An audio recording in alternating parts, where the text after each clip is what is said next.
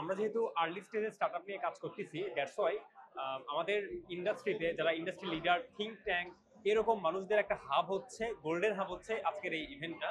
So এরকম ইভেন্টে আসলে কানেক্টিভিটি, নেটওয়ার্কিং, কমিউনিকেশন, এগুলোর একটা গোল্ডেন অপরচুনিটি হচ্ছে এই জায়গাগুলো। সাথে প্যানেল ডিসকাশন যেগুলো আছে, প্যানেল ডিসকাশনে কিউএনএ সেশন, প্যানেল ডিসকাশনের যে লার্নিং ইনসাইটগুলো, সেগুলো গ্রাউন্ড ব্রেকিং লেভেলের আমাদের হেল্প করতে পারে। সো দিস ওয়াট অ্যাকচুয়ালি আমাদের এক্সপেকটেশন এই ইভেন্ট থেকে, অ্যান্ড সেগুলো ফুলফিল হবে।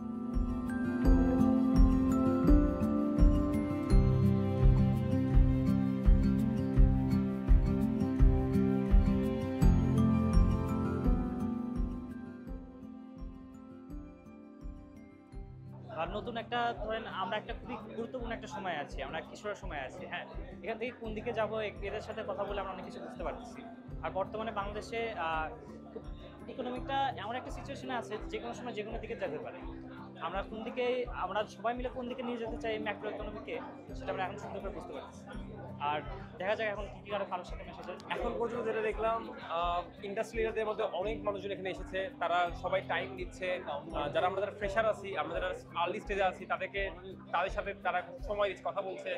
অ্যান্ড প্যানেল ডিসকাশনগুলো বেশ ভালো হচ্ছে, একটা হয়েছে ইতিমধ্যে, একটা বেশ ভালো মতো চলছে।